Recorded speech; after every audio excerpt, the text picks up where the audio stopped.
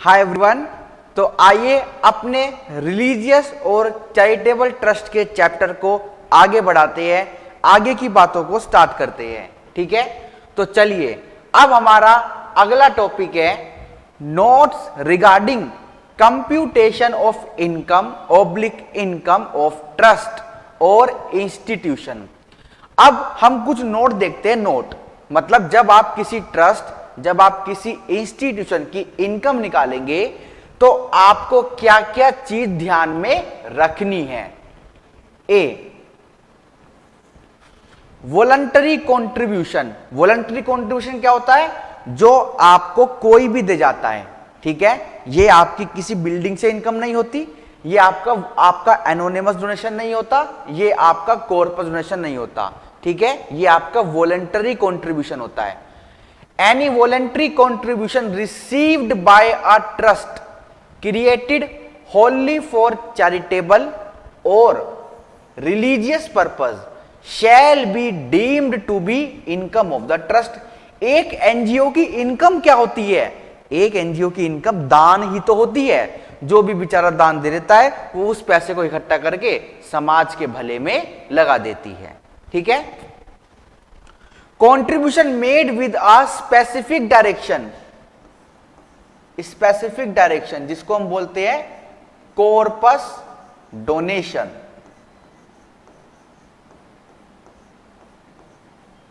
क्या बोलते हैं guys? Corpus donation. That they shall form part of corpus of the trust shall not be treated as income. हम इसको income नहीं मानते। क्यों? क्योंकि हम इसको माइनस कर देते हैं।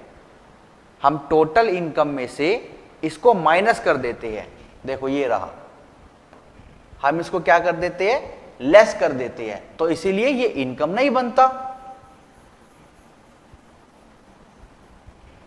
जो डोनेशन किसी स्पेसिफिक डायरेक्शन के साथ दी गई है कि आपको इससे मंदिर बनाना है, आपको इससे धर्मशाला बनानी है, आपको इससे कोई क्लिनिक खोलना है, आपको इससे क्लिनिक के अंदर 10 बेड खरीदने हैं, कोई भी स्पेसिफिक डायरेक्शन अगर आपको मिल जाए तो ये सम तो एक ना एक दिन खर्च होना ही है। तो इसको इनकम क्यों मान रहे हो? अभी माइनस करो। ठीक है, तो ये आपकी इनकम नहीं बनती।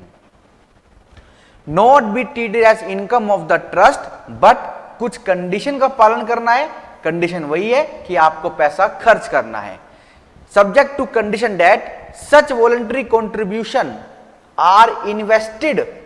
या तो खर्च कर दो तुरंत, या फिर आप उसको डिपॉजिट कराओ इन वन और मोर ऑफ द फॉर्म्स और मोड्स। हम बताएंगे अभी कि जिस पैसे को आप टैक्स लगने से बचाकर कैरी फॉरवर्ड कर रहे हो, या फिर कॉर्पस डोनेशन आपके पास आई है, या फिर आप किसी स्पेसिफिक पर्पस को पूरा करेंगे, उसके लिए आपने पैसा कैरी फॉरवर्ड किया, तो आपने पैसा कैरी फॉरवर्ड तो कर लिया, आपने इनकम टैक्स के रिटर्न में तो बता दिया।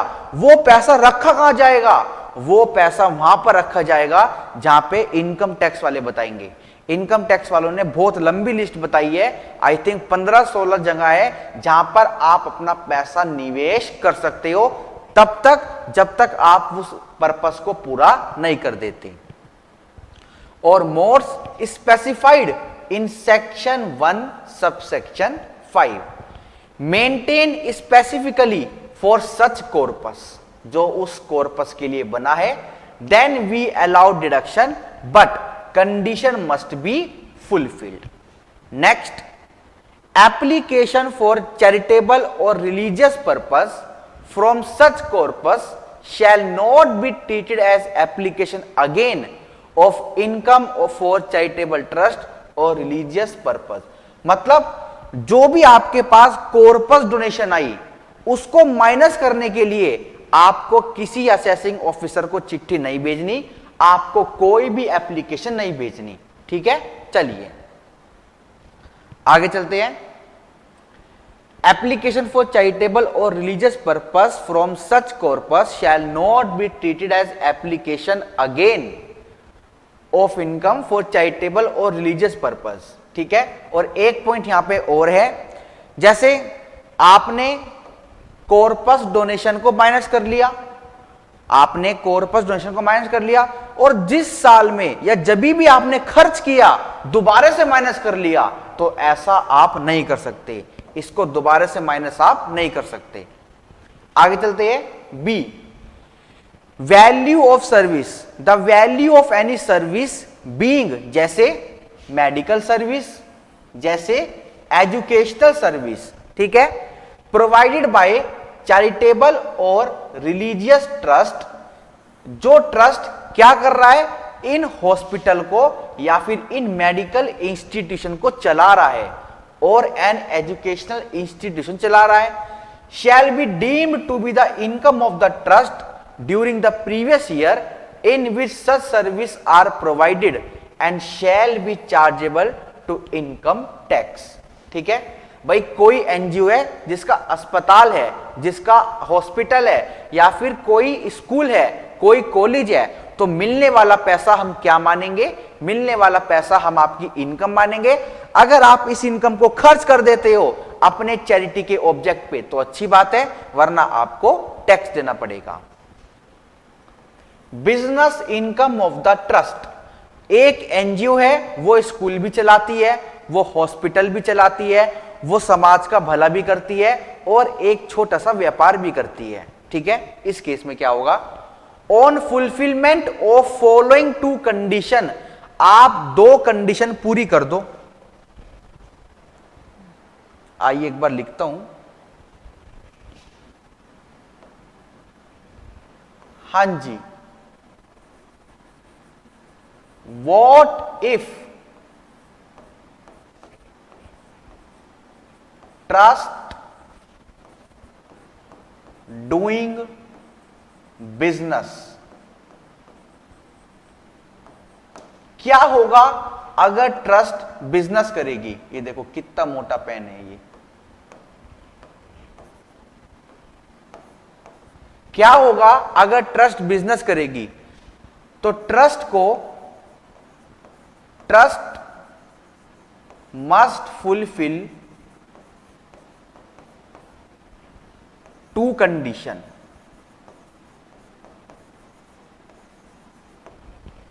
ट्रस्ट को दो कंडीशन का पालन करना पड़ेगा। सर उसके बाद क्या होगा, उसके बाद वो business income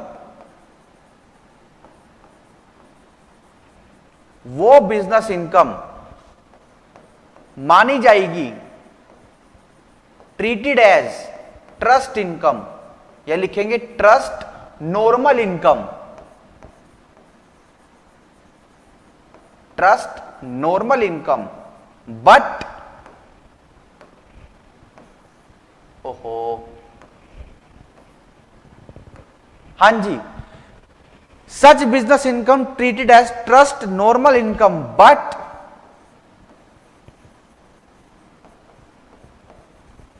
should be spent on trust object. जिस ऑब्जेक्ट के लिए आप खुले हो, पैसा आप बिजनेस से कमाओ, बट जिस ऑब्जेक्ट के लिए आप खुले हो वो पैसा आपको उसी ऑब्जेक्ट में खर्च करना पड़ेगा। हम आपसे कोई टैक्स नहीं लेंगे, आप बिजनेस कर रहे हो करो। अब हम देखते हैं कि ये दो कंडीशन क्या है। अब हम देखेंगे कि ये दो कंडीशन क्या है। ओहो, ये कौन करता है इतने मोटे मोटे पेन।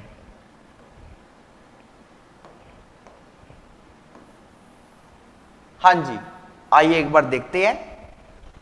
तो हम कहा थे, on fulfilment of following two condition income of any such undertaking shall not be included in the total income of the trust।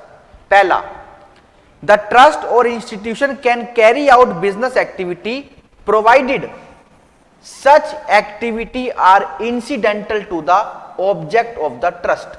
जैसे आपका हॉस्पिटल है, आप एक मेडिकल स्टोर भी खोल सकते हो, आप एक मेडिकल स्टोर भी खोल सकते हो। दूसरा, trust need to maintain separate books of account, आपको उस मेडिकल स्टोर का सेपरेट बुक्स ऑफ अकाउंट खोलना पड़ेगा। और ये तो आपकी नॉर्मल कंडीशन है कि ट्रस्ट का ऑब्जेक्ट क्या होना चाहिए, relief of poor, education, medical relief etcetera. ठीक है, तो बेसिकली दो कंडीशन है कि जो भी आप काम करेंगे वो आपकी ट्रस्ट से रिलेटेड होना चाहिए, इंसिडेंटल मतलब रिलेटेड होना चाहिए, और उस बिजनेस की आपको separate books of account maintain करनी है। फिर जो भी आपकी इनकम आएगी इस बिजनेस से वो टोटल इनकम में ऐड हो जाएगी, बस उसको खर्च कर देना वरना टैक्स लगेगा। चलिए, notes regarding application of income, ये तो बड़ा इंपॉर्टेंट टॉपिक है, ये तो बड़ा इंपॉर्टेंट टॉपिक है। हमने आपको बोला था कि आप अपने खर्चों को माइनस कर सकते हो, कैसे बोला था, यहां पर एप्लीकेशन ऑफ इनकम। ये एप्लीकेशन ऑफ इनकम क्या होता है, वैसे तो मैंने आपको बता दिया था, खर्चा रेवेन्यू हो, कैपिटल हो, लोन पे किया हो या फिर इंटरेस्ट पे किया हो, मशीनरी खरीदी हो, चाहे प्लॉट खरीदा हो, लैंड खरीदा हो, कुछ भी खरीदा हो, अगर आपने खर्चा किया आपके ट्रस्ट के ऑब्जेक्ट से रिलेटेड, तो आप हवाई जहाज खरीदो या शिप खरीदो, गाड़ी खरीदो या बाइक खरीदो, कुछ भी खरीदो, अगर आपके ट्रस्ट के ऑब्जेक्ट को फुलफिल हो रहा है तो हम आपको डिडक्शन देंगे, आप बिल्कुल उस अमाउंट को माइनस कर सकते हो। आइए पढ़ते हैं। एप्लीकेशन ऑफ अमाउंट में भी रेवेन्यू और कैपिटल नेचर, सही बात है, ये तो पता है हमें। एप्लीकेशन फॉर चैरिटेबल और religious purpose from any loan और borrowing shall not be treated as application of income for charitable or religious trust. However, the amount not so treated as application shall be treated as application for charitable or religious purpose in the previous year, जिस साल में in which the loan or borrowing or part thereof is repaid from the income of that year and to extent, जब तक वो आप repay नहीं कर सकते। ठीक है, पॉइंट समझ आया। तो जो भी आप लोन को रीपे करोगे, जो भी आप लोन को रीपे करोगे या फिर आप उस पर ब्याज भी अगर कोई रीपे करोगे, तो दोनों के दोनों आपके अलाउ है। ठीक है, लोन ग्रांटेड, अब आप लोन दे रहे हो तो ये भी आपका क्या है, एप्लीकेशन ऑफ इनकम है। Loan granted to poor person for education और medical treatment shall be treated as application of income, और जब वो लोन आपको वापस मिलेगा तो उस साल हम आपकी इनकम मान लेंगे। However when such loan is repaid then it shall be treated as income of the trust. ठीक है, पॉइंट क्लियर है। चलिए आगे चलते हैं। एनी अमाउंट क्रेडिटेड और पेड, आपने कोई पैसा पे किया ट्रस्ट की इनकम से, किसको, to any other exempted trust, किसी एग्जम्प्टेड ट्रस्ट को, और वो पैसा था आपका कॉर्पस डोनेशन। ये बात भी पहले हो चुकी है, मैंने आपको लिखवाया भी था, आपको मैं दिखा देता हूं अगर कहीं पे वो है, कि अगर एक रजिस्टर्ड ट्रस्ट, ये रहा, दूसरी रजिस्टर्ड ट्रस्ट को स्पेसिफिक डायरेक्शन के साथ अमाउंट देती है, तो फिर वो दूसरी ट्रस्ट तो माइनस कर लेगी, वो बोलेगी मेरा कॉर्पस है, ये कहेगी मेरी एप्लीकेशन है, सरकार कहेगी तुम ये बताओ टैक्स कौन देगा। तो भाई ये तो गड़बड़ हो जाएगी ना, इसने भी माइनस कर लिया, उसने भी माइनस कर लिया। तो फिर सरकार ने बोला कि अगर एक रजिस्टर्ड ट्रस्ट किसी दूसरी रजिस्टर्ड ट्रस्ट को पैसा देती है कॉर्पस के नाम पे, तो जो देने वाला है वो एप्लीकेशन के रूप में माइनस नहीं करेगा।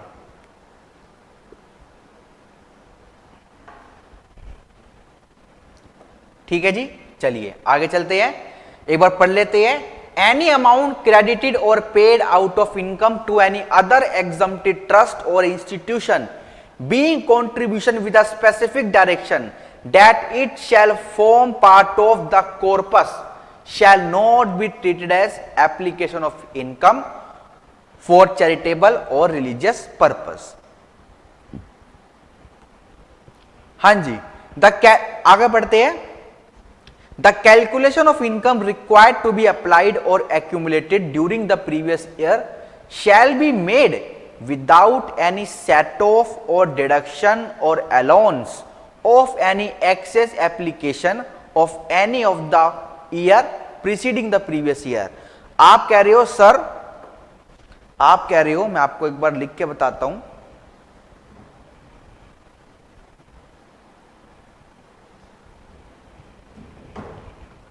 हां जी, आप कह रहे हो लास्ट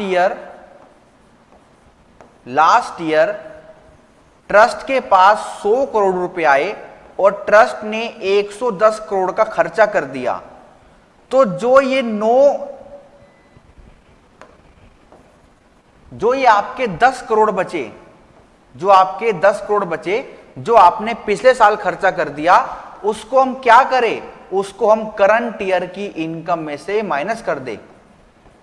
तो भाई ऐसा नहीं होगा, ऐसा नहीं होगा। सेट ऑफ के प्रोविजन यहां पे नहीं लगेंगे। अगर आपने पिछले साल ज्यादा खर्चा कर दिया तो आप देखो, हम आपको वो सेट ऑफ नहीं करने देंगे। ठीक है जी, चलिए आगे चलते हैं।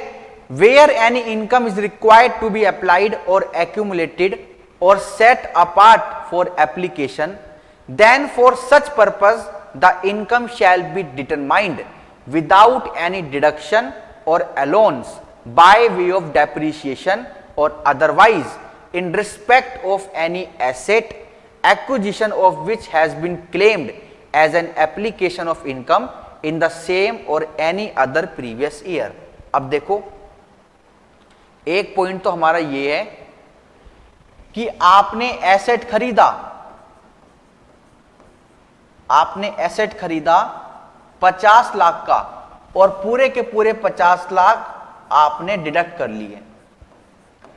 फिर आप क्या करने लगे, इस 50 लाख पे, फिर आप क्या करने लगे, इस 50 लाख पे डेप्रीशिएशन लगाने लगे। तो बताओ क्या सही है या गलत है? बताओ क्या सही है या गलत है? सर बिल्कुल गलत है। जब हम एसेट की पूरी डिडक्शन ले चुके तो हम डेप्रीशिएशन को क्लेम नहीं करेंगे। अगर आपको डेप्रीशिएशन लेना है तो फिर उसके कॉस्ट को क्लेम मत करो। ठीक है, पॉइंट क्लियर है? चलिए, और आपने जो पैसा माइनस किया था कि हम इस एसेट को खरीदेंगे, आपने जो पैसा माइनस किया था कि हम इस एसेट को खरीदेंगे, तो जब आपने एक बार माइनस कर लिया, आपने जैसे प्रीवियस ईयर में माइनस कर लिया, मतलब पिछले साल में माइनस कर लिया, तो करंट ईयर में जब आपने एसेट खरीदा तो क्या दोबारा माइनस करोगे? नहीं, ये तो एक बार माइनस हो चुका ना पैसा। जैसे एक बार चलते एग्जांपल पे, एक बार एग्जांपल पे चलते हैं। लास्ट ईयर आपकी इनकम थी 100 करोड़।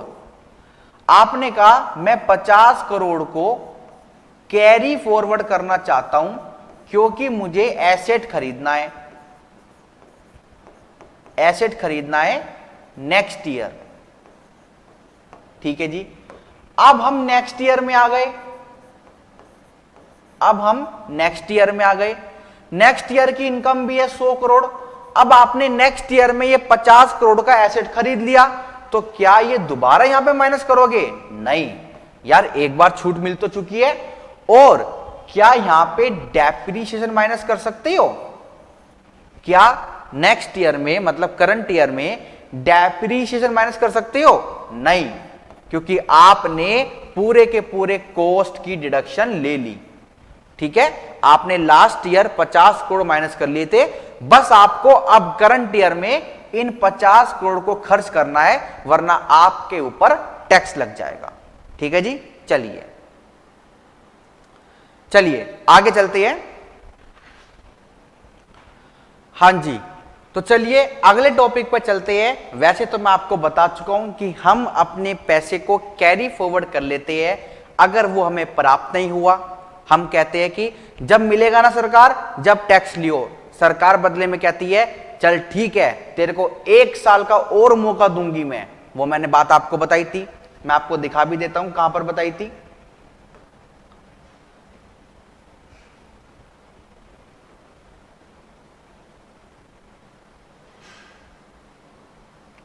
हाँ जी, ये रहा, आपको पैसा नहीं मिला, आप कैरी फॉरवर्ड कर लो ईयर ऑफ रिसीप्ट में, और सरकार आपको 1 साल का मौका और दे रही है।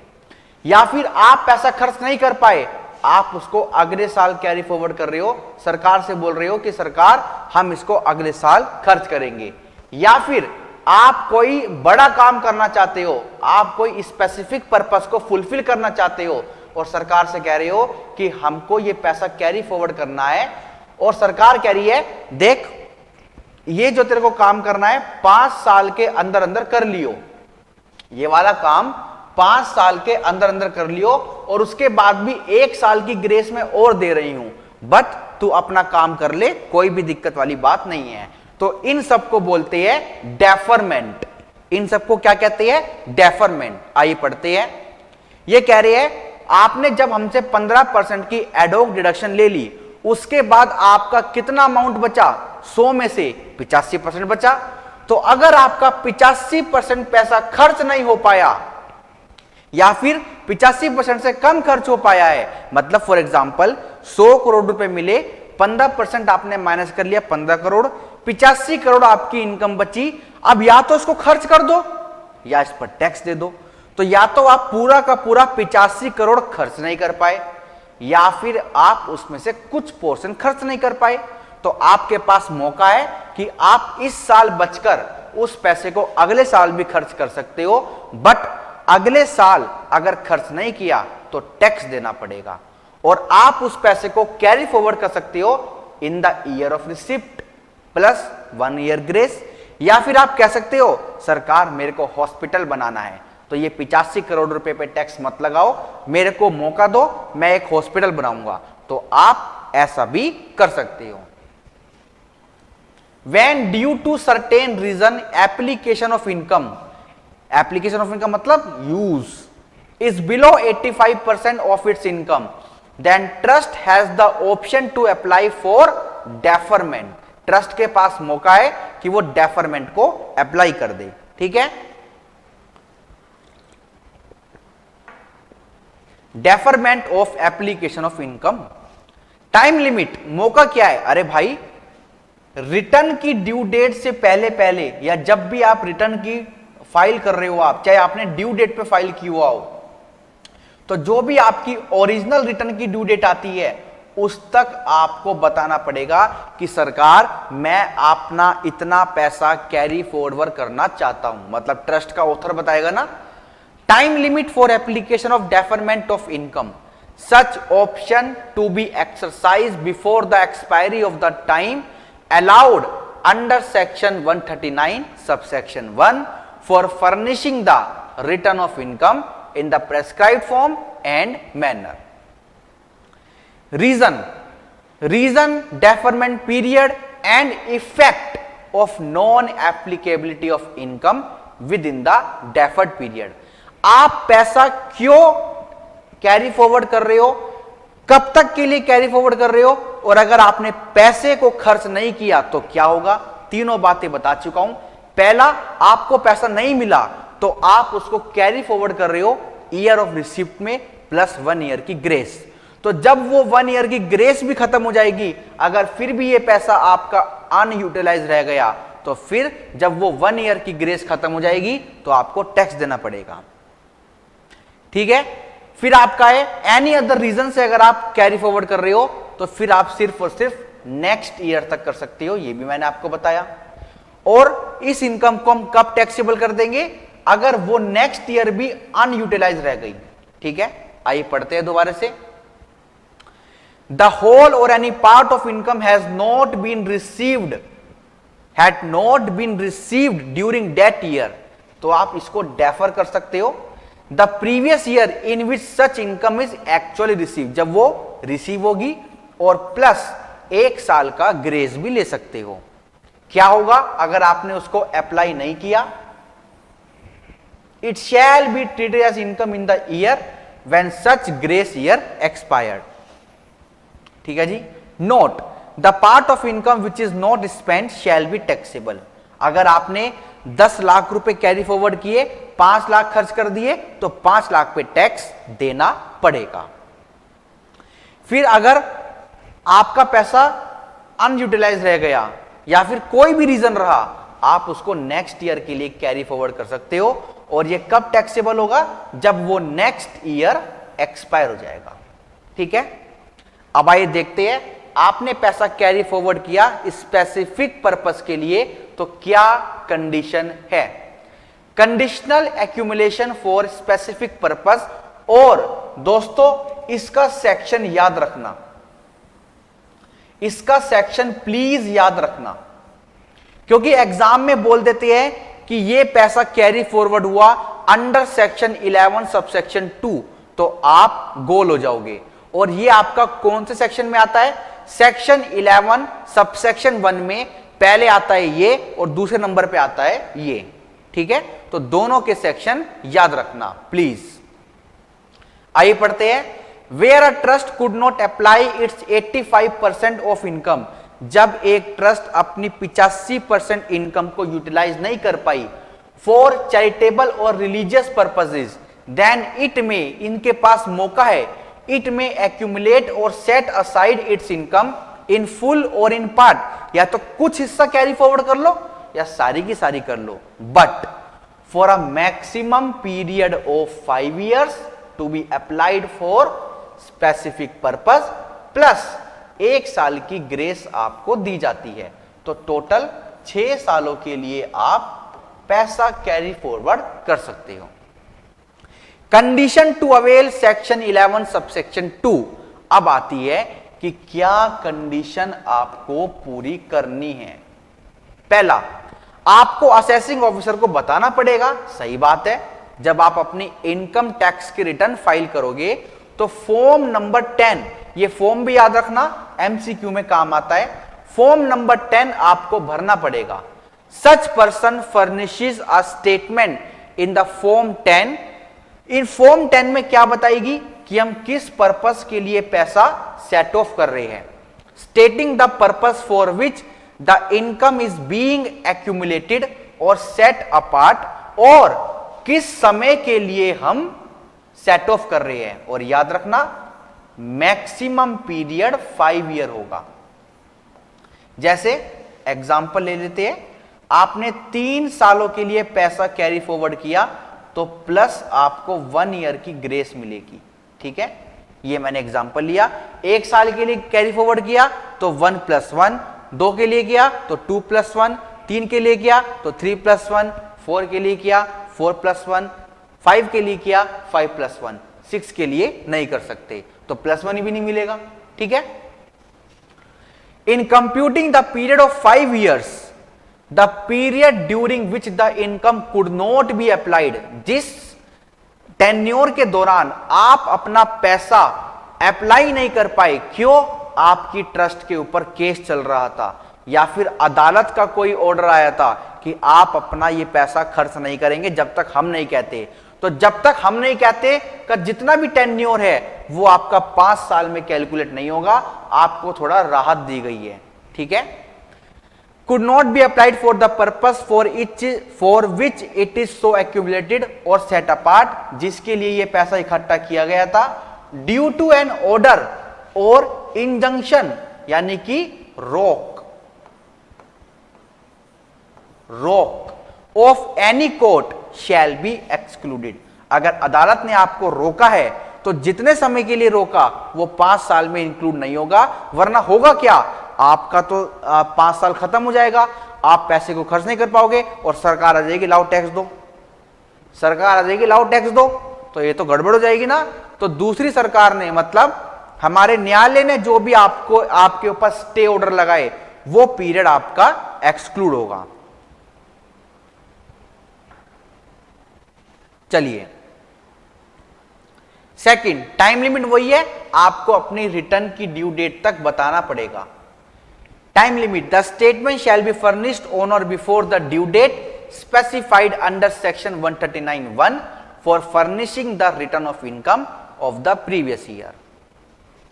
Third, return of income, the return of income for the previous year is required to be furnished by such person on और before the due date specified under section 139 subsection 1 for furnishing the return of income for the said previous year। अगर एक trust का audit होता है तो उनकी due date audit वाली वरना नॉर्मल वाली, ठीक है।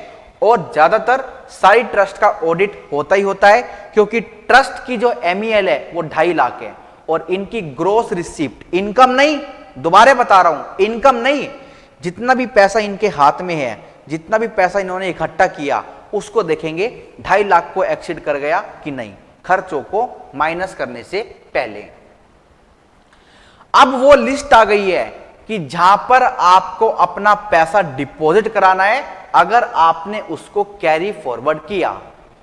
Investment of accumulated income, the money so accumulated or set apart is invested or deposited in the forms or modes specified in the following mode being stated in section 11 subsection 5।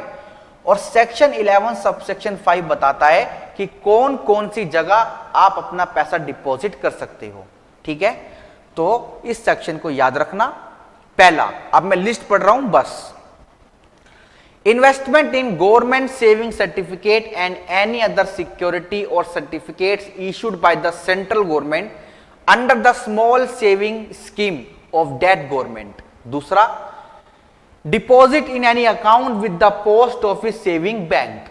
तीसरा, deposit in any account with a scheduled bank or a cooperative society engage in carrying on the business of banking including a cooperative land mortgage bank or a cooperative land development bank। Next, investment in unit of the unit trust of India। Next, investment in the central government or state government securities। Next, investment in debentures issued by any company or corporation, both the principal whereof and the interest whereon are fully and unconditionally guaranteed by the central government or state government। Next, investment or deposit in any public sector company PSU।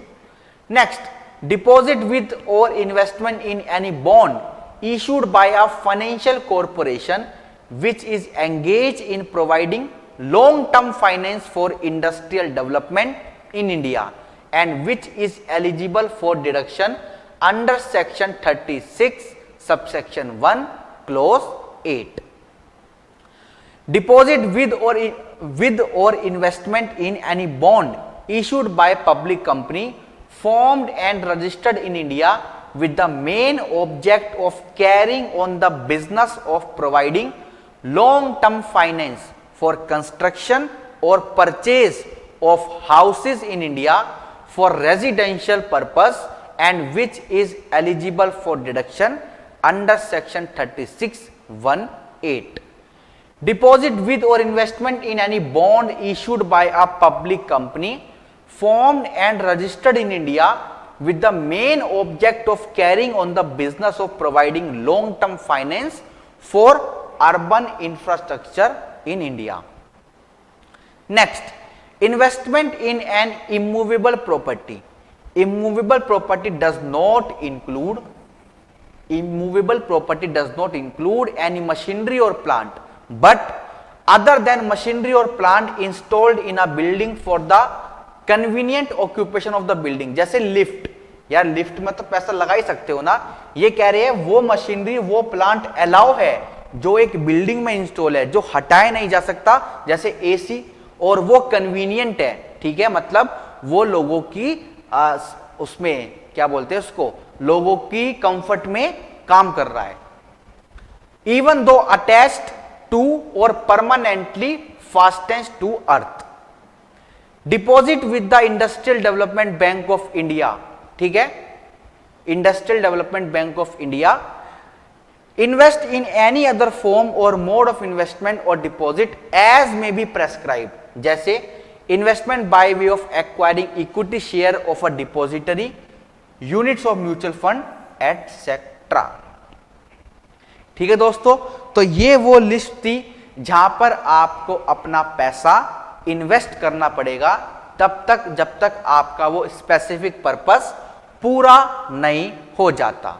ठीक है, चलिए application to assessing officer for applying the income for the purpose other than purpose for which it was accumulated. भाई आपने पैसा carry forward किया, आपने funds को carry forward किया टू मेक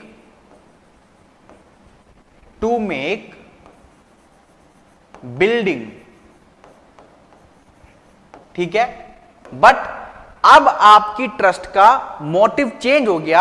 आपकी ट्रस्ट कहती है हम बिल्डिंग नहीं लेते, हम बिल्डिंग नहीं बनाते, हम एक पार्क बनाएंगे, हम एक पार्क बनाएंगे।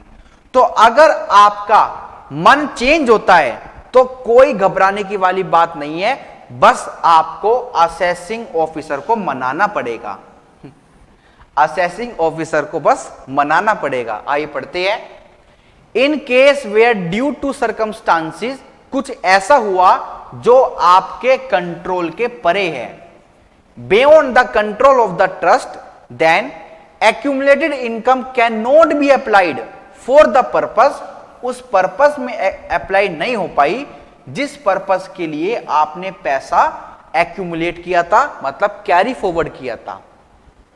For which it was accumulated और set apart, then the trust can apply to assessing officer to apply such income for other, कि हम इस इनकम को अप्लाई करना चाहते हैं किसी अदर चैरिटेबल और रिलीजियस पर्पस में, करेंगे भारत में ही, in India, in conformity with the object of the trust, और ट्रस्ट के ऑब्जेक्ट से रिलेटेड ही खर्चा करेंगे, ठीक है। Assessing officer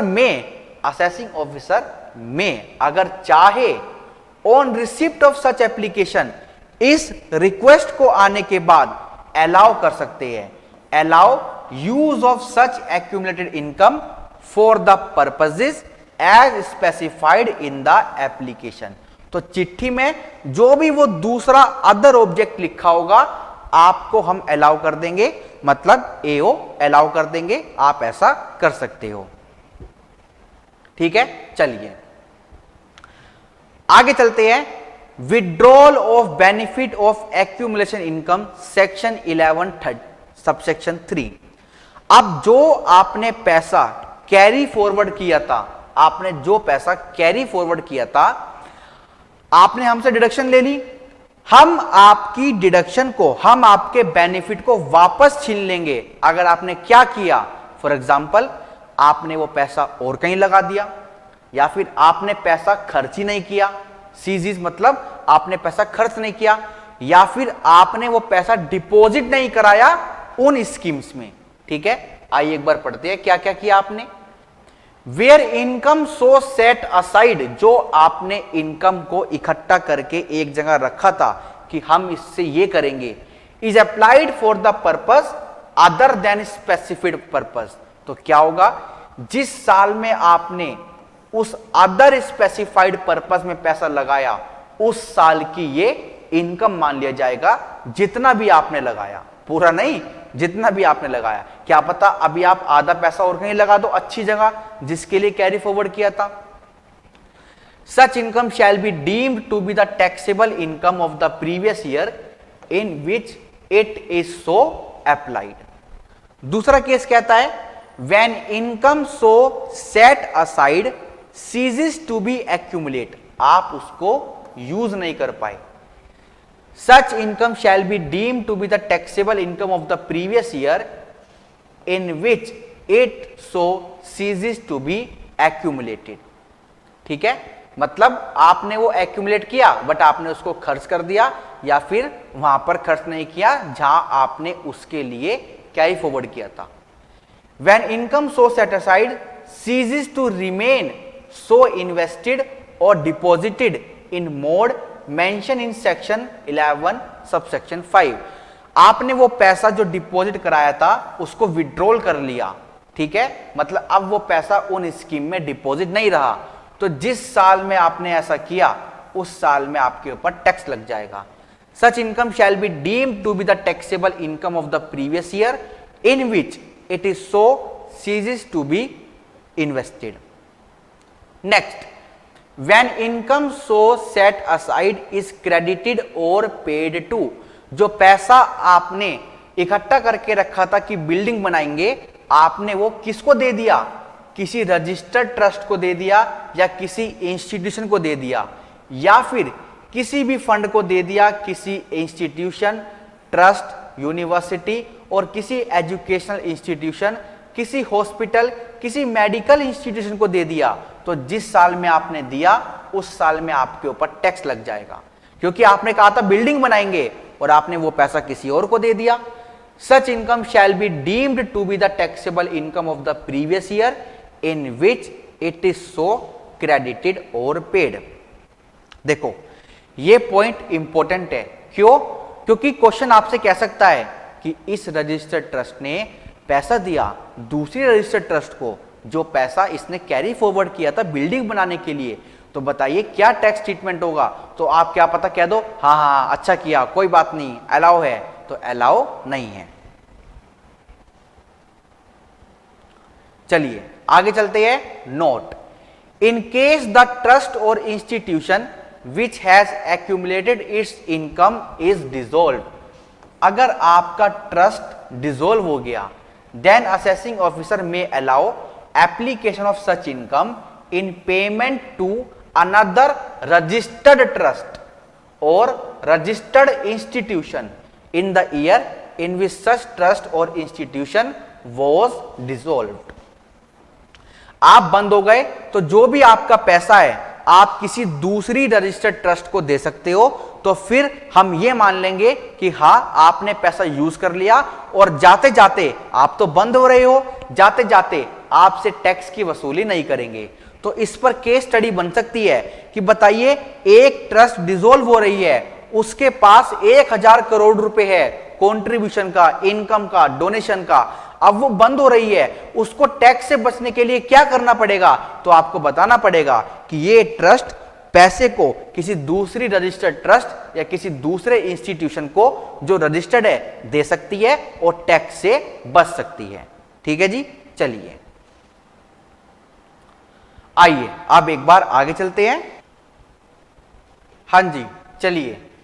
tax treatment of capital gain on transfer of capital asset, वो कैपिटल एसेट जो ट्रस्ट का था, अब ट्रस्ट ने उसको बेच दिया, तो इस केस में कैपिटल गेन कितना कैलकुलेट होगा? आइए देखते हैं. यहां पे कैपिटल गेन नहीं लगाना आपको, बस यहां पे अलग से प्रोविजन है कैपिटल गेन का ही, वही फॉलो करना है और कोई कैपिटल गेन का प्रोविजन ट्रस्ट पे नहीं लगेगा. Capital gain arises on transfer of property held under trust for charitable purpose shall be eligible for exemption if the consideration or part thereof is applied in acquisition of new property. आपने किसी capital asset को बेचा, बेचने पर जो पैसा मिला उसको आप खर्च कर दो नया एसेट खरीदने में, और वो नया एसेट भी ट्रस्ट का होना चाहिए, ट्रस्ट का कॉर्पस का पार्ट बनेगा. Such amount applied in acquiring the new capital asset shall be held as the part of the corpus of the trust. अब exemption कैसे दी जाएगी? Exemption shall be as per the following table. आइए एक बार table देखते हैं. छोटी सी table है. Property transferred, आपने क्या बेचा? Capital asset being property held under the trust for charitable purpose. ठीक है. अगर आपने देखो यहां पे है if और यहां पर भी है if, अगर आपने पूरा का पूरा पैसा खर्च कर दिया नया एसेट खरीदने में, तो entire capital gain will exempt. Entire capital gain will exempt. ठीक है जी. अगर आपने कुछ हिस्सा खर्च किया, जो आपने पुराना एसेट फॉर एग्जांपल 100 लाख का बेचा, आपने 90 लाख रुपए का नया एसेट खरीद लिया और 10 लाख रुपए बच गए, तो फिर एग्जम्पशन कैसे दी जाएगी? जो भी आपने पैसा खर्च कर दिया 90 लाख, ठीक है, उसमें से माइनस करेंगे the cost of acquisition and cost of improvement of the transferred asset. जो आपने बेचा ना, उसकी कॉस्ट ऑफ एक्विजिशन और कॉस्ट ऑफ इंप्रूवमेंट माइनस करेंगे, फिर जो अमाउंट आएगा वो एग्जम्प्ट हो जाएगा। ठीक है, चलिए नेक्स्ट। अब चलते हैं कैपिटल एसेट। यहां तक की कहानी आपकी खत्म हो गई। आगे चलते हैं। कैपिटल एसेट जो आपने बेचा, being property held under trust in part only for such purpose. जैसे एक बिल्डिंग थी, एक आपने किराए पे दे रखी है रेजिडेंशियल में, एक पे आप बिजनेस करते हो, एक पे हॉस्पिटल है और एक पे ट्यूशन पढ़ाते हो। तो पूरी बिल्डिंग में से आपका 2 फ्लोर यूज हो रहा है आपके पर्पसेस में, और आपने उस पूरे बिल्डिंग में से 2 फ्लोर को बेचा। Capital asset being property held under trust in part for such purpose. अगर आपने पूरा का पूरा पैसा खर्च कर दिया तो जो भी प्रोपोर्शनेट अमाउंट होगा, मतलब पूरी बिल्डिंग बिकी, उसमें से जो भी 2 फ्लोर का अमाउंट था वो आपने पूरा का पूरा खर्च कर दिया, और उन्हीं 2 फ्लोर के अमाउंट को हम एग्जम्प्ट करेंगे। और अगर आपने उन 2 फ्लोर के अमाउंट को भी पूरा खर्च नहीं किया, तो हम क्या करेंगे, जो पैसा भी आपने खर्च किया उसमें से कॉस्ट माइनस करेंगे उस एसेट की, और फिर उसको भी प्रोपोर्शनेट कर देंगे 2 फ्लैट में, उसको भी प्रोपोर्शनेट कर देंगे 2 फ्लैट में। जैसे पूरी बिल्डिंग थी 100 लाख की, आपने 100 लाख रुपए इन्वेस्ट कर दिए, तो 100 लाख में से हम क्या कर देंगे, 2/4, क्योंकि पूरी बिल्डिंग में 4 फ्लोर है ना, 2/4 आपका एग्जम्प्ट हो जाएगा। ठीक है, 2/4 यानी कि 50 लाख आपका एग्जम्प्ट हो जाएगा। अब अगर बिल्डिंग है पूरी 100 लाख की, आपने उसमें से 50 लाख खर्च किए, तो आपने जितने भी खर्च किए 50 लाख, उसमें से कॉस्ट माइनस करेंगे, फॉर एग्जांपल 40 लाख। अब जो ये 10 लाख बचा, इसका करेंगे 2/4, यानी कि आपका 5 लाख एग्जम्प्ट होगा। ठीक है, तो ऐसे आपको पूरा का पूरा कंप्यूटेशन करना है। ठीक है, और ऊपर भी आपको कैपिटल गेन निकालना है, मतलब इसमें से भी कॉस्ट माइनस होगी, इसमें से भी आपकी कॉस्ट तो माइनस होगी, क्योंकि कैपिटल गेन का मतलब ही क्या होता है, गेन मतलब कंसिडरेशन माइनस कॉस्ट, तो यहां से भी कॉस्ट माइनस होगी। ऑलराइट, चलिए ऐसे ही ऊपर पहले हम कैपिटल गेन निकालेंगे और पूरा का पूरा एग्जम्प्ट हो जाएगा। इस वाले में जो पैसा आपने यूज किया उसमें से कॉस्ट ऑफ इंप्रूवमेंट और कॉस्ट ऑफ एक्विजिशन माइनस करेंगे। इस वाले में पहले कैपिटल गेन निकालेंगे, फिर प्रोपोर्शनेट कर देंगे, और इस वाले में अमाउंट यूटिलाइज माइनस कॉस्ट, फिर प्रोपोर्शनेट करेंगे। ठीक है, चलिए अब नोट क्या कहता है, proportionate amount is calculated having regard to the proportion which the amount of income applicable to charitable purpose bears the whole of income from such property. जैसे मैंने आपको रेशो करके बताई, बस वही है, 2/4 बताया ना मैंने, वही है कि 2 हिस्सा आपके ट्रस्ट में यूज हो रहा है, बाकी का 2 हिस्सा नहीं हो रहा। चलिए अब ये टॉपिक सबसे पहले होना चाहिए था, बट ये थोड़ा नीचे है। ये कह रहे हैं रजिस्ट्रेशन कैसे होगा, ट्रस्ट का रजिस्ट्रेशन कैसे होगा। आइए पढ़ते हैं।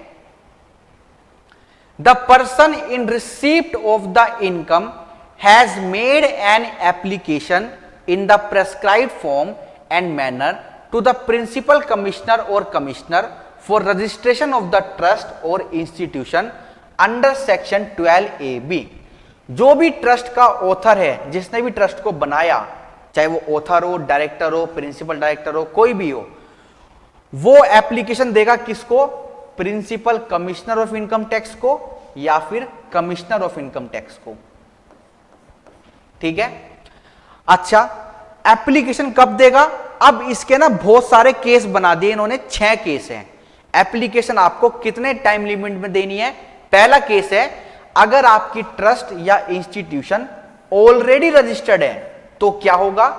आपको 3 महीने के अंदर अंदर 3 महीने के अंदर अंदर 3 महीने कहां से? First day of April 21, first day of April 21, ठीक है, आपको एप्लीकेशन देनी पड़ेगी कि हमको रजिस्टर्ड होना है, हमको रजिस्टर्ड होना है। अब अगर आपका प्रीवियस ईयर चेंज हो जाता है तो ये 2022 हो जाएगा। ठीक है, सिंपल, फिर 2023 हो जाएगा। ठीक है, चलिए आगे चलते हैं।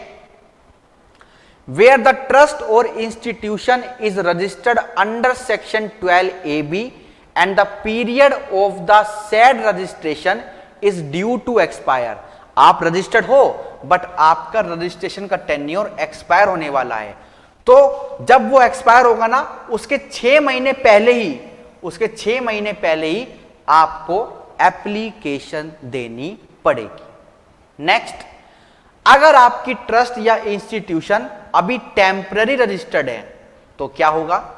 आपको 6 महीने पहले पहले एप्लीकेशन देनी पड़ेगी। 6 महीने कहां से? 6 month prior to expiry of period of provisional registration और within 6 month of commencement of its activity whichever is earlier. आपको 2 डेट कंपेयर करनी पड़ेगी, 6 महीने पहले जो आपका रजिस्ट्रेशन खत्म हो रहा है, या फिर जब आपने अपना काम शुरू कर दिया एक्टिविटी उसके 6 महीने के अंदर अंदर जो भी इन दोनों में से डेट अर्लियर आएगी उस डेट तक आपको एप्लीकेशन देनी पड़ेगी। आगे चलते हैं। अगर आपकी ट्रस्ट या आपकी इंस्टीट्यूशन इनऑपरेटिव हो गई तो आपको at least 6 month prior to the commencement of the assessment year from which the said registration is sought to be made operative.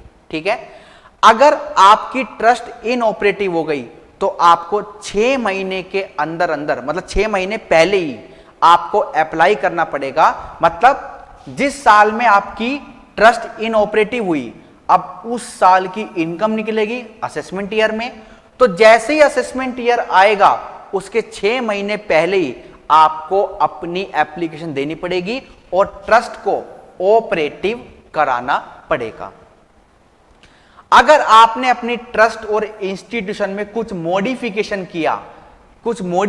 किया जो आपकी रजिस्ट्रेशन को सपोर्ट नहीं कर रहा, जब आपने पहले दिन रजिस्ट्रेशन कराया था तो आपके ऑब्जेक्ट कुछ और थे, अब आपने अपने ऑब्जेक्ट चेंज कर दिए, तो फिर आपको 30 दिन के अंदर अंदर बताना पड़ेगा। जब आपने चेंज किया ना उसके नेक्स्ट 30 दिन के अंदर अंदर आपको बताना पड़ेगा। ठीक है, अगर और कोई केस है तो फिर आपको at least 1 month prior to the commencement of the previous year relevant to the assessment year from which the said registration is sought. Other case में आपको 1 महीने पहले बताना, मतलब एप्लीकेशन देनी पड़ेगी जब आपका प्रीवियस ईयर स्टार्ट होगा। ठीक है, चलिए important note, where registration has been granted to the trust or institution, then the provision of section 11 and 12 shall apply in respect of any income derived from property held under trust of any assessment year preceding the aforesaid assessment year for which assessment proceedings are pending before the assessing officer as on the date of such registration, and the object and activities of such trust or institution remain the same for such preceding assessment year। मतलब आपकी trust एक educational trust थी, आपकी trust के ऊपर case चल रहा था, आपकी ट्रस्ट के ऊपर केस चल रहा था। केस क्या चल रहा था?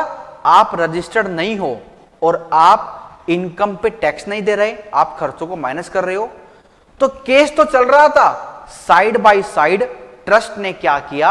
रजिस्ट्रेशन भी अप्लाई कर दिया, ट्रस्ट ने साइड बाय साइड रजिस्ट्रेशन भी अप्लाई कर दिया। तो जब हम रजिस्टर्ड हो जाते हैं हमें सेक्शन 11 और सेक्शन 12 के बेनिफिट मिल जाते हैं। तो जो भी पिछली इनकम थी उस अनरजिस्टर्ड ट्रस्ट की, जो भी उसकी पिछली इनकम थी अनरजिस्टर्ड ट्रस्ट की प्रॉपर्टी से, उस पर भी ये सेक्शन 11 और 12 लग जाएगा और बेनिफिट मिल जाएगा।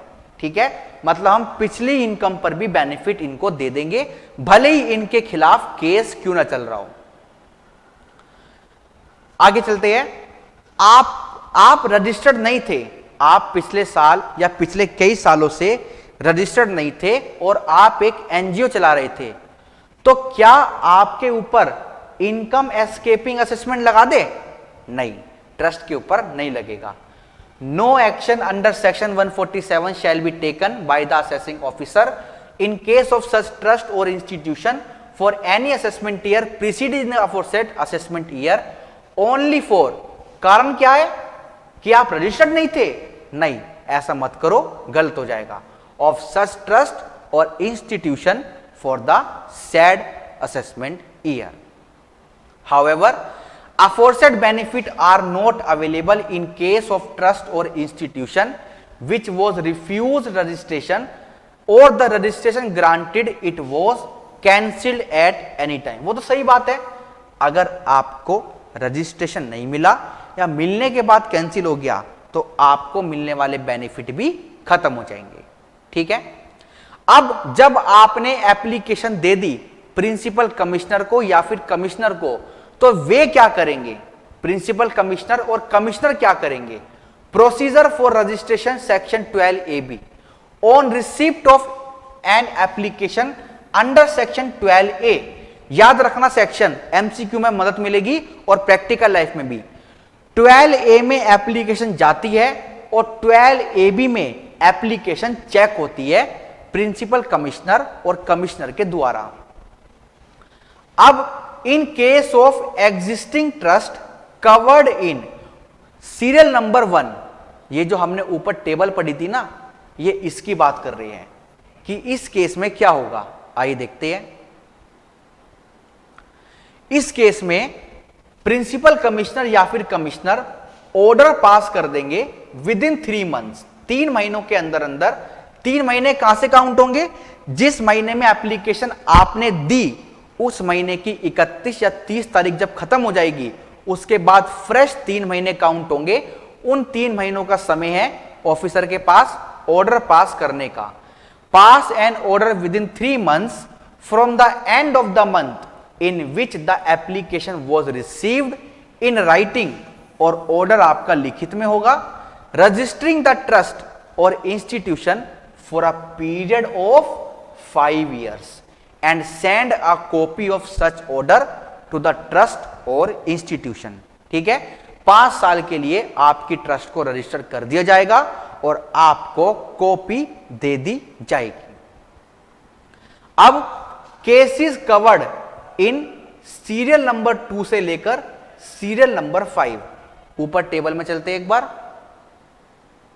ये वाले 2, 3, 4, 5, 6 नहीं। ठीक है, 6 के लिए अलग पॉइंट है। अब इन केसेस में क्या होगा? सेकंड, थर्ड, फोर्थ, फिफ्थ, इन चारों केसेस में क्या होगा? ऑफिसर साहब आपको फोन करेंगे, मतलब आपको बोलेंगे, आपको ऑर्डर देंगे, आपको बुलाएंगे और आपसे मांगेंगे कुछ एडिशनल डॉक्यूमेंट्स और इंफॉर्मेशन फ्रॉम द ट्रस्ट और इंस्टीट्यूशन और मेक सच इंक्वायरी। आपसे पूछताछ करेंगे जो भी उनको अच्छी लगेगी, as he thinks necessary in order to satisfy himself. वो ये पूछताछ क्यों कर रहे हैं? क्योंकि उनको पता लगाना है कि ट्रस्ट या इंस्टीट्यूशन जेन्युइन है या नहीं है, उसकी एक्टिविटी जेन्युइन है या नहीं है, and the compliance of such requirement of any other law for the time being in force by the trust or registration as are material for purpose of achieving its object।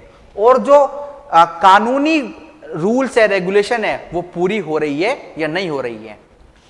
अगर principal commissioner और commissioner साहब satisfy हो गए himself about the object of the trust और institution and उनको पता लग गया कि ट्रस्ट की एक्टिविटी जेन्युइन है और ये कंप्लायंस भी पूरे करते हैं, तो फिर क्या होगा, 6 महीनों के अंदर अंदर ऑर्डर पास हो जाएगा from the end of the month in which application was received. जिस तारीख को आपने एप्लीकेशन दी थी उस तारीख को देखो कौन से महीने में आ रहा है, उस महीने को खत्म होने दो, फ्रेश 6 महीने देखना, 6 महीने के अंदर अंदर आपको ऑर्डर मिल जाएगा, लिखित में मिल जाएगा। और अगर आपकी ट्रस्ट रजिस्टर्ड हो रही है तो 5 सालों के लिए हो जाएगी, ठीक है।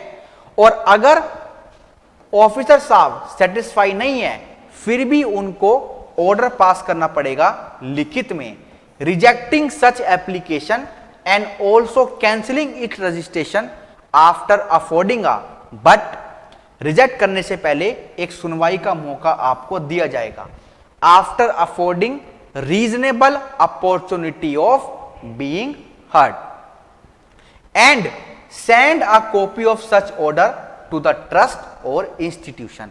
और उसकी कॉपी ट्रस्ट को भी दी जाएगी और इंस्टीट्यूशन के केस में इंस्टीट्यूशन को भी दी जाएगी। अब आते हैं केस नंबर 6। ये केस नंबर 6 हमारा क्या था, ये था अदर केस के केस में। तो इसमें क्या होगा, कमिश्नर साहब और प्रिंसिपल कमिश्नर साहब क्या करेंगे, pass an order within 1 month from the end of the month in which the application was received in writing, और आपकी ट्रस्ट को प्रोविजनली रजिस्टर्ड कर देंगे द ट्रस्ट और institution for a period of 3 years from the assessment year from which the registration is sought and send a copy of such order to the trust और institution. ठीक है जी, जिस साल के लिए आपने रजिस्ट्रेशन मांगा था उस साल का जो भी असेसमेंट ईयर होगा उससे आपको 3 साल तक रजिस्टर्ड कर दिया जाएगा। नोट, अगर आपकी एप्लीकेशन खारिज हो रही है तो आपको सुनवाई का मौका जरूर दिया जाएगा। A refusal order shall not be passed unless the applicant has been given a reasonable opportunity of being heard. ठीक है जी, बात समझ आती है। चलिए अब अगला टॉपिक आपका है कैंसलेशन ऑफ रजिस्ट्रेशन। आइए एक बार इसको भी स्टार्ट करते हैं फटाफट से, बस कुछ मिनटों में आपका ट्रस्ट खत्म होने वाला है।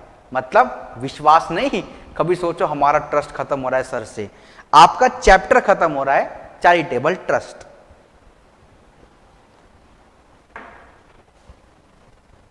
चलिए, कैंसलेशन ऑफ रजिस्ट्रेशन, आपका रजिस्ट्रेशन कैंसिल कर दिया जाएगा।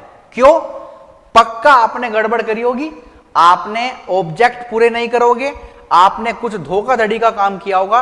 आइए पढ़ते हैं। In the following situation, situation 1, situation 2, 2 case है हमारे पास। द प्रिंसिपल कमिश्नर और commissioner shall pass an order in writing cancelling the registration after giving a reasonable opportunity of being heard. आपको एक रीजनेबल अपॉर्चुनिटी जरूर दी जाएगी। वेयर अ ट्रस्ट और an institution has been granted registration and subsequently, तुरंत मतलब आपको registration मिल गया, उसके बाद क्या हुआ, सब्सिक्वेंटली द प्रिंसिपल कमिश्नर और कमिश्नर इज सेटिस्फाइड, उनको यह लगा, मतलब वो बिल्कुल श्योर हो गए थे कि जो ट्रस्ट की एक्टिविटी है, जो इंस्टीट्यूशन की एक्टिविटी है वो जेन्युइन नहीं है। भाई गलती इंसान से तो होती है, पहले तो इनको जेन्युइन लगी, अब इनको जेन्युइन नहीं लगी, जो बनाता है वो बिगाड़ता भी है। या फिर not being carried out in accordance with the object of the trust और इंस्टीट्यूशन, या फिर आप काम ट्रस्ट के ऑब्जेक्ट के तरीके से नहीं कर रहे हो। तो पहला समझ आया, यहां पे आपका रजिस्ट्रेशन कैंसिल हो जाएगा। दूसरा, where registration of a trust और an institution has been granted and subsequently it is noticed that, और फिर पता लगता है क्या क्या पता लगता है, देखते हैं। The activity of the trust और the institution are being carried out in a manner that the provision of section 11 and 12 do not apply to exclude either whole or any part of the income of such trust or institution due to operation of section 13 subsection 1। ठीक है,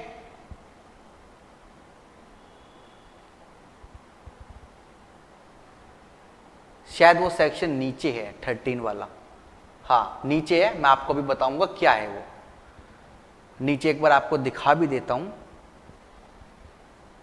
ये रहा four feature of exemption, और उसका पहला है private purpose. मतलब अगर आपने पैसा किसी प्राइवेट पर्पस में लगाया, मतलब किसी पर्टिकुलर रिलीजियस के लिए, मतलब आपने भेदभाव किया, तो फिर आपका रजिस्ट्रेशन कैंसिल हो जाएगा, या फिर द ट्रस्ट और institution has not complied with the requirement of any other law, आपने कानून का पालन नहीं किया, and the order direction holding that such non compliance has occurred has either not been disputed और हैज अटेन्ड फाइनलिटी। बस कहने का मतलब यही है, आपने क्या किया, आपने किसी कानून की बात नहीं मानी, तो फिर आपकी रजिस्ट्रेशन को कैंसिल कर देंगे।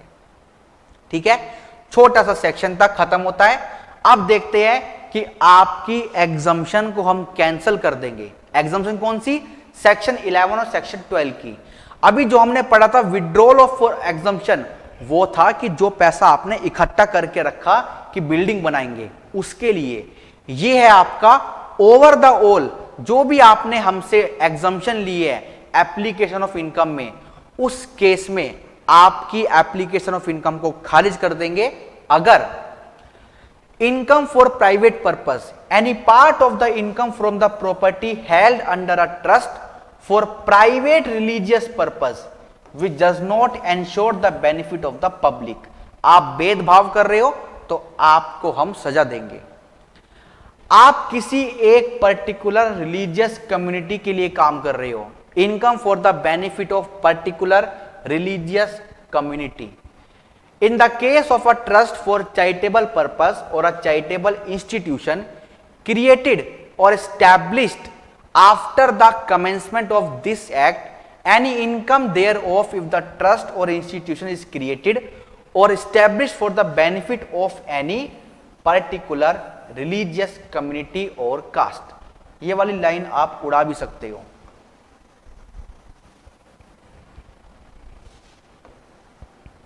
ठीक है, established for benefit of any particular religious community or caste।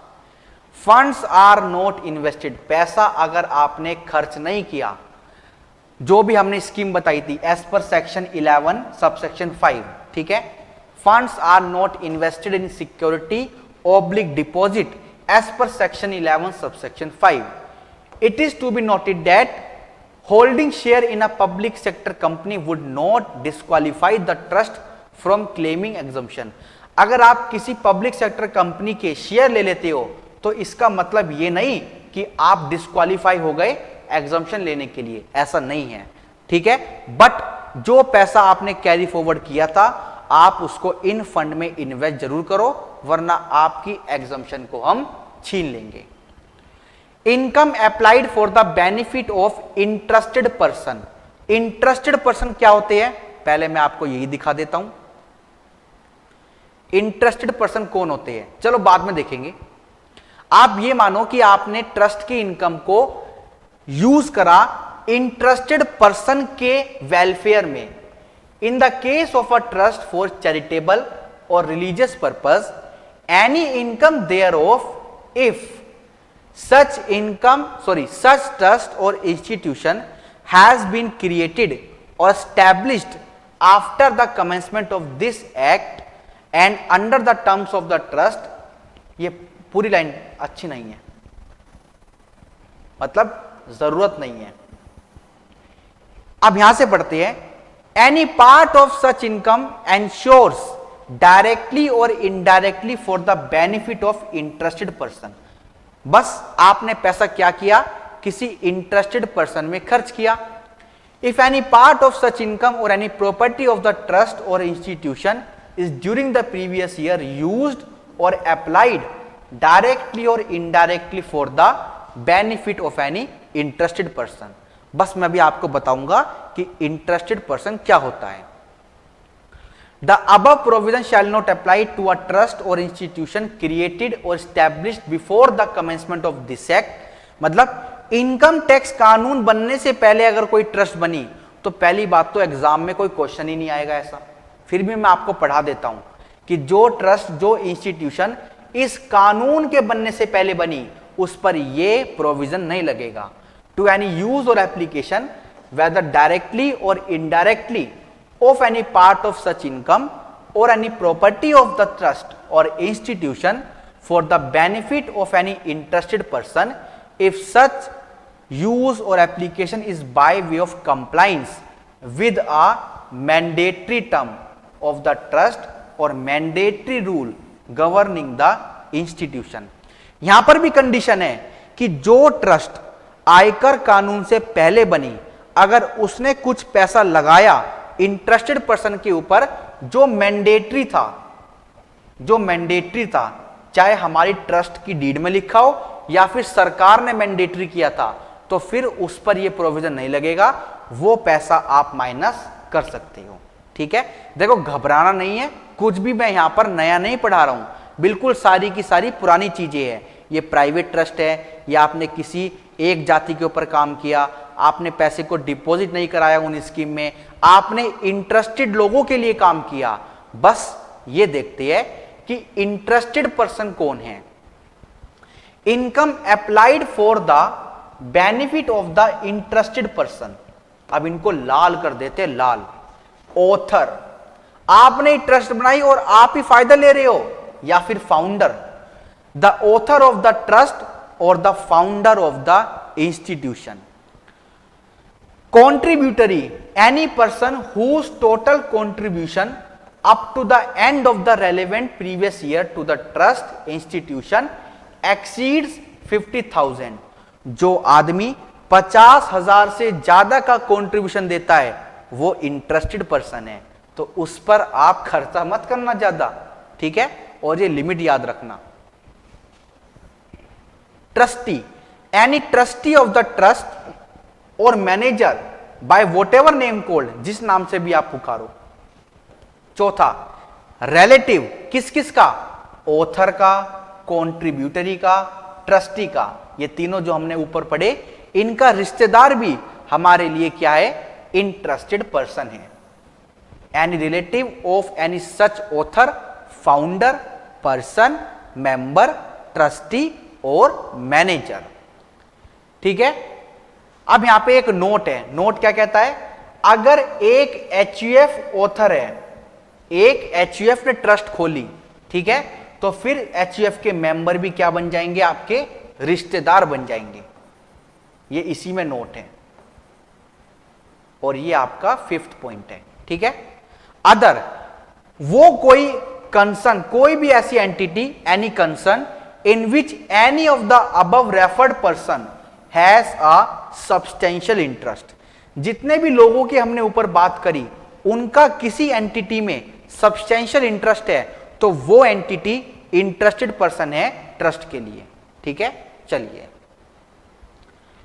Income deemed as applied for the benefit of interested person. अब सर ऐसे थोड़ी होता है कि हम ऑथर के लिए कुछ नहीं करेंगे, जिसने ट्रस्ट खोला है उसका बच्चा भी तो पढ़ सकता है स्कूल में। अब हम देख रहे हैं कि कौन कौन सी इनकम को हम मानेंगे कि ये आपने अप्लाई करी है इंटरेस्टेड पर्सन के ऊपर। आइए पढ़ते हैं। Income deemed as applied for the benefit of interested person, और आई थिंक ये हमारा लास्ट टॉपिक है। यस, ये हमारा लास्ट टॉपिक है, तो प्लीज एक बार अच्छे से जाते जाते इसको भी पढ़े। इनकम और the property of the trust और any part of such income और property shall deemed to have been used और applied for the benefit of a person. आपने क्या किया? पहला, if any part of the income और property of the trust और institution is lent, आपने trust की प्रॉपर्टी को लेट आउट किया इंटरेस्टेड पर्सन को, और बदले में जो किराया लेना था या फिर बदले में जो आपने सिक्योरिटी लेनी थी, या तो वो ली ही नहीं या फिर वो कम ली। ठीक है? Let out to any interested person for any period during the previous year without adequate security और एडिक्वेट इंटरेस्ट। आपने ब्याज भी नहीं लिया और बहुत। ठीक है? जैसे आपने पैसा उधार दिया तो ब्याज तो ले लो या सिक्योरिटी ले लो। सिक्योरिटी ली ही नहीं, ब्याज लिया ही नहीं, लिया तो कम लिया, सिक्योरिटी ली तो कम ली। ठीक है? अगर कोई प्रॉपर्टी दी है किराए पे तो किराया ही नहीं लिया, लिया तो कम लिया, तो यानी कि आप ये फायदा पहुंचा रहे हो। ठीक है? ये रेंट वाला भी यहां पे नीचे आ गया।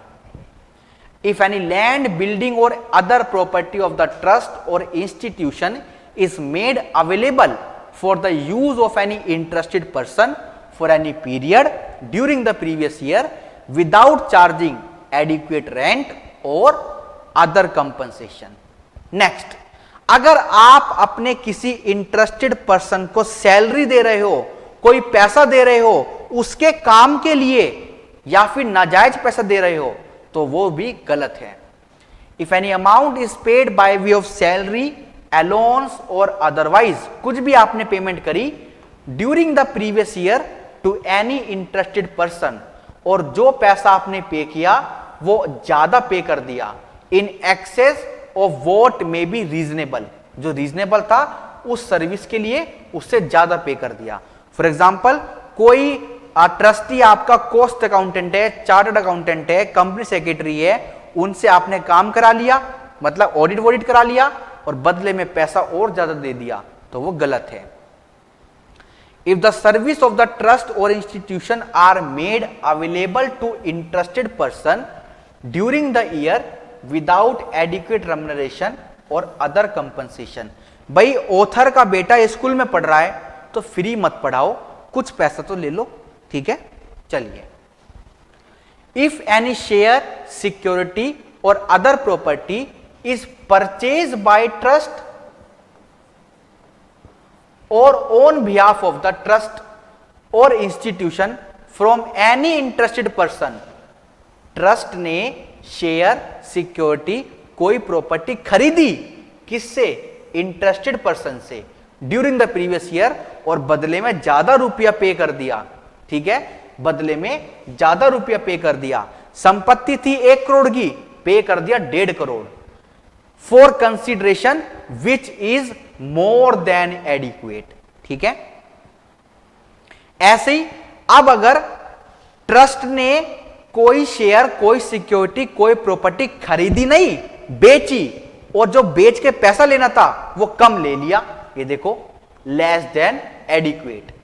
If any such share, security और अदर प्रॉपर्टी बाय, मतलब इज सोल्ड बाय, ट्रस्ट ने बेची या ट्रस्ट के बिहाफ पे बिकी, ठीक है, इंस्टीट्यूशन के बिहाफ पे बिकी, किसको बिकी? किसको बिकी? इंटरेस्टेड पर्सन को बिकी during the previous year for consideration which is less than adequate. And last, if any income और प्रॉपर्टी ऑफ द ट्रस्ट और institution is diverted during the previous year in favour of any interested person, आप अपनी income का, मतलब trust की income का या trust की प्रॉपर्टी का कुछ हिस्सा शिफ्ट कर रहे हो किसी इंटरेस्टेड पर्सन के फेवर में, तो यह भी सरासर गलत है। ठीक है? पॉइंट क्लियर है? चलिए, तो आपको एक बार है ना, बस मैं एक चीज और बताना चाहता हूं, वैसे तो मैंने आपको बताई थी, दोबारा बता देता हूं कि जैसे ये हमने इनकम निकाली ना, जैसे ये हमने इनकम निकाली, इसके बाद हम क्या करेंगे? एनोनिमस डोनेशन निकालेंगे जो 30% से टैक्सेबल होगी। ठीक है? फिर हम एनोनिमस डोनेशन निकालेंगे जो स्लैब से टैक्सेबल होगी, और फिर अदर इनकम निकालेंगे, मतलब बस इस अमाउंट को तोड़ देंगे जो आपकी स्लैब से टैक्सेबल होगी। ठीक है, चलिए, ये क्योंकि टैक्स का पर्पस है ना, इनकम तो ऐसी निकलेगी। एनोनिमस डोनेशन भी आपकी टोटल इनकम में ऐड होगी, बस जब टैक्स निकालोगे तो आपको ऐसे करना है। ठीक है, चलिए, तो बहुत खुशी हो रही है, कुल मिला के हमारा रिलीजियस और चैरिटेबल ट्रस्ट का जो चैप्टर था वो खत्म होता है। बस एक बार आपको अच्छे से इसको रिवाइज करना है, घबराना नहीं है, इसमें कोई भी रॉकेट साइंस नहीं है, बिल्कुल आपका इजी चैप्टर है। प्रैक्टिकल लाइफ से लिंक करके मैंने आपको इसको अच्छे से समझाया जितना मुझसे हो सकता था। अगर फिर भी आपका कोई डाउट हो तो मुझसे जरूर मिले। ओके, चलिए, thank you so much, bye bye.